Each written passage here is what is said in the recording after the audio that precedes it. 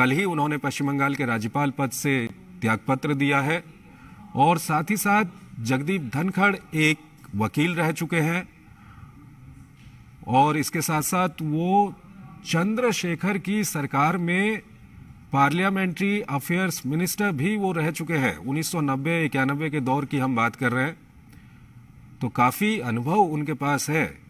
राज्यपाल का उनके पास अनुभव है, उनके पास केंद्र में मंत्री पद का अनुभव है। केंद्र में खासकर अगर हम मंत्री पद की बात करें तो पार्लियामेंट्री अफेयर्स मिनिस्टर वो रह चुके हैं और अगर वो उपराष्ट्रपति बन जाते हैं तो उनको राज्यसभा के संचालन की जिम्मेदारी भी उनकी होगी। राज्यसभा के सभापति भी वो बनेंगे, तो उनका ये अनुभव वहां पर भी काम आएगा। इस वक्त आप देख रहे हैं नामांकन पत्र रिटर्निंग ऑफिसर लोकसभा के सचिव को सौंप दिया गया है। ये सीधे दृश्य इस वक्त हम आपको दिखा रहे हैं संसद भवन से, जहां पर प्रधानमंत्री नरेंद्र मोदी, गृह मंत्री अमित शाह, रक्षा मंत्री राजनाथ सिंह, बीजेपी अध्यक्ष जेपी नड्डा और उसके अलावा तमाम एनडीए के नेता, जिनमें अनुप्रिया पटेल भी दिखाई दे रही हैं, केंद्रीय मंत्री तोमर भी वहां पर मौजूद हैं और तमाम केंद्रीय मंत्री, तमाम एनडीए के नेता वहां पर मौजूद हैं और इस वक्त नामांकन दाखिल करने की प्रक्रिया चल रही है।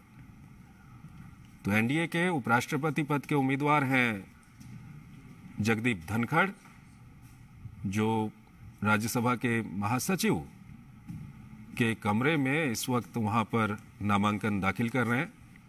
प्रधानमंत्री नरेंद्र मोदी, गृह मंत्री अमित शाह, रक्षा मंत्री राजनाथ सिंह, बीजेपी अध्यक्ष जेपी नड्डा और उसके अलावा तमाम केंद्रीय मंत्री, एनडीए के नेता वहां पर मौजूद हैं और इस वक्त नामांकन दाखिल करने की प्रक्रिया इस वक्त चल रही है।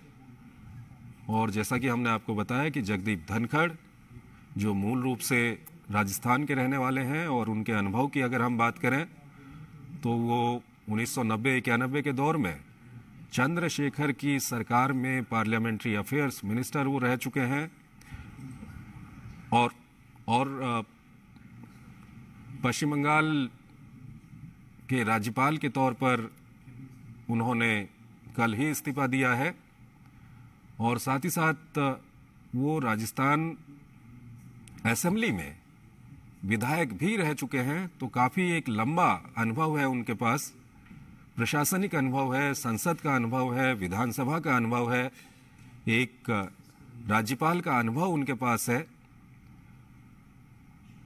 और सबसे महत्वपूर्ण बात यह है कि इस वक्त जो राजनीतिक गणित है वो भी उनके पक्ष में है और ऐसे में अगर वो चुनाव जीत जाते हैं और भारत के उपराष्ट्रपति बनते हैं तो उनको राज्यसभा के वो सभापति भी होंगे और राज्यसभा के संचालन की जिम्मेदारी भी उनके पास होगी।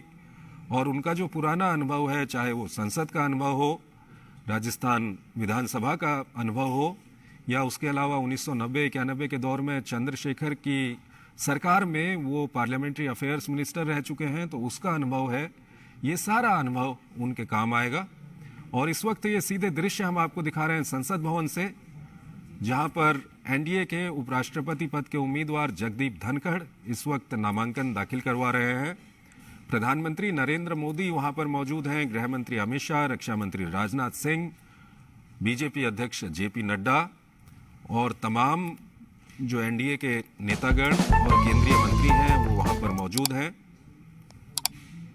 तो ये सीधे दृश्य इस वक्त हम आपको दिखा रहे हैं। काफी महत्वपूर्ण आज का दिन है। आज एक तरफ राष्ट्रपति पद के लिए चुनाव चल रहा है संसद में और देश के तमाम राज्यों की विधानसभाओं में राष्ट्रपति पद के लिए मतदान चल रहा है, जिसमें एनडीए की तरफ से द्रौपदी मुर्मू और विपक्ष की तरफ से यशवंत सिन्हा उम्मीदवार हैं। वहीं उपराष्ट्रपति पद के लिए भी नामांकन यहां पर दाखिल कर दिया गया है। तो इस वक्त आप देख सकते हैं नामांकन दाखिल करने की ये प्रक्रिया इस वक्त चल रही है। प्रधानमंत्री खुद वहां पर मौजूद हैं और प्रधानमंत्री के अलावा गृह मंत्री, रक्षा मंत्री और तमाम जो एनडीए के नेता हैं, बीजेपी के अध्यक्ष वहां पर मौजूद हैं। और आपको बता दें कि विपक्ष की ओर से मार्गरेट अल्वा को उपराष्ट्रपति पद का उम्मीदवार बनाया गया है।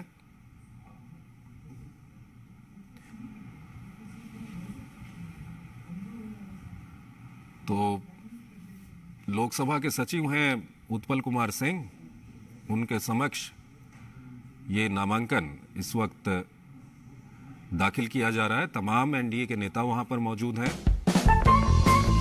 खुद प्रधानमंत्री वहां पर मौजूद हैं, गृह मंत्री अमित शाह, रक्षा मंत्री राजनाथ सिंह, बीजेपी अध्यक्ष जेपी नड्डा, ये सभी लोग वहां पर मौजूद हैं। और आप देख सकते हैं कि उपराष्ट्रपति पद के जो उम्मीदवार हैं एनडीए के, जगदीप धनखड़, वो भी यहां पर मौजूद हैं।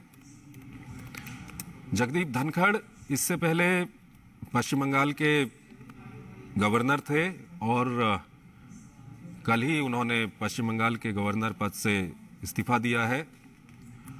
और उनके पूर्व के राजनीतिक जीवन पर अगर हम नज़र डालें तो वो संसद सदस्य रह चुके हैं, वो राजस्थान विधानसभा में सदस्य रह चुके हैं। साथ ही साथ 1990-91 के दौर में चंद्रशेखर के मंत्रिमंडल में वो पार्लियामेंट्री अफेयर्स मिनिस्टर रह चुके हैं। तो उनका ये तमाम जो अनुभव है, वो अनुभव अगर वो चुनाव जीत जाते हैं, जो संख्या बल है, जो गणित है, वो पूरी तरह से उनके पक्ष में है इस वक्त। और अगर वो चुनाव जीत जाते हैं और भारत के उपराष्ट्रपति बनते हैं तो राज्यसभा के संचालन की जिम्मेदारी भी उनके पास होगी। और उनका जो पिछला अनुभव है, चाहे वो एक विधायक के रूप में रहा हो या एक सांसद के रूप में रहा हो या संसदीय कार्य मंत्री के तौर पर उनका अनुभव रहा हो 90-91 के दौर में, जब चंद्रशेखर के मंत्रालय में वो चंद्रशेखर के मंत्रिमंडल में वो संसदीय कार्य मंत्री थे, तब का उनका अनुभव, ये सब अनुभव उनका है जो काफ़ी उनके काम आने वाला है। इस वक्त आप देख रहे हैं नामांकन की प्रक्रिया वहां पर चल रही है। उत्पल कुमार सिंह लोकसभा के सेक्रेटरी जनरल हैं, उनके समक्ष ये नामांकन वहां पर दाखिल किया जा रहा है। और विपक्ष की ओर से मार्गरेट अल्वा को उपराष्ट्रपति पद का उम्मीदवार बनाया गया है। और जो अभी तक खबर मिल रही है उसके अनुसार मंगलवार को, यानी कि कल, वो अपना नामांकन दाखिल करेंगे। फिलहाल नामांकन दाखिल करने के बाद एक जो रिसीप्ट की पर्ची दी जाती है, वो पर्ची इस वक्त दे दी गई है। और आप देख सकते हैं प्रधानमंत्री का अभिवादन स्वीकार कर रहे हैं जगदीप धनखड़। तो एक महत्वपूर्ण पल है। और इलेक्टोरल कॉलेज की अगर हम बात करते हैं तो राष्ट्रपति चुनाव में संसद सदस्यों के अलावा राज्यों की जो विधानसभा के सदस्य होते हैं वो मतदान करते हैं। लेकिन अगर हम उपराष्ट्रपति चुनाव की बात करें तो इसमें सिर्फ संसद सदस्य इसमें मतदान करते हैं। इस तरह की तमाम खबरों से जुड़े रहने के लिए हमारे चैनल को सब्सक्राइब करना ना भूलें। धन्यवाद।